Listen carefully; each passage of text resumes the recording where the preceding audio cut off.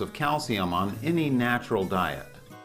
In fact, calcium deficiency of a dietary origin is not only unknown in the United States, but there has not been a single recorded instance of calcium deficiency of a dietary origin in the entire history of the human race.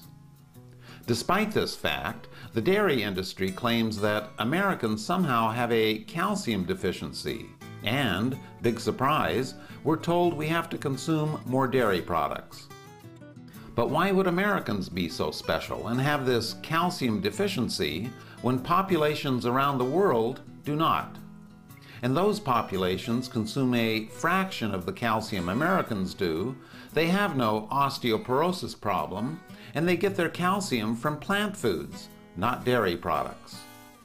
The reason Americans are so special is because dairy lobbies have paid off politicians and set U.S. calcium requirements sky high in order to sell their products. In other words, the same people selling calcium are setting our calcium requirements.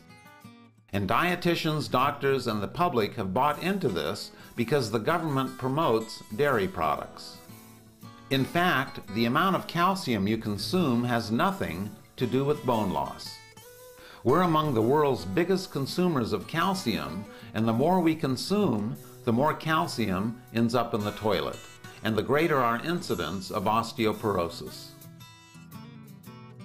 To think the mere act of consuming more calcium, like taking a magic pill, will somehow make bones strong is pure and simple advertising. The primary cause of osteoporosis is a lack of weight-bearing activity due to a sedentary work and lifestyle. An example of how a lack of weight-bearing activity affects bone loss comes from astronauts, because they experience severe bone loss due to their gravity-free environment. In a similar fashion, people who are bedridden for long periods also suffer rapid bone loss. Bones are just like muscles. They get stronger and grow only when you put them under stress, just as muscles get stronger when you exercise them. Bone is just like muscle.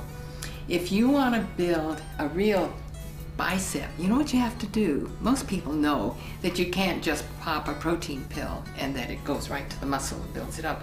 You have to really stress it. You have to put a lot of weight on it. Right underneath that muscle, we got a bone. The bone is more metabolically active than that muscle. When that bone is being stressed, or if you're lifting weights like this, the bone is saying, whoa, wait a minute, we're not prepared for this. We better lay down some stronger bone, and that's what happens. In the past, we used to get paid for physical activity. Now we get paid for sitting in chairs all day. In the past, American women have had far less physical activity than men, and this is the primary reason osteoporosis strikes women harder than men. Physical activity is also the reason why women throughout the world who consume very low amounts of calcium keep their strong bones during and after menopause. Contrary to what you've been told, bone loss does not occur with age. It occurs when people become less active. You'll get enough calcium on any diet.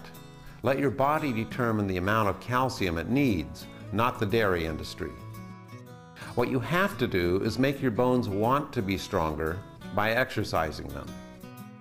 If they don't feel that need, like the bones of astronauts in space, they'll become weaker.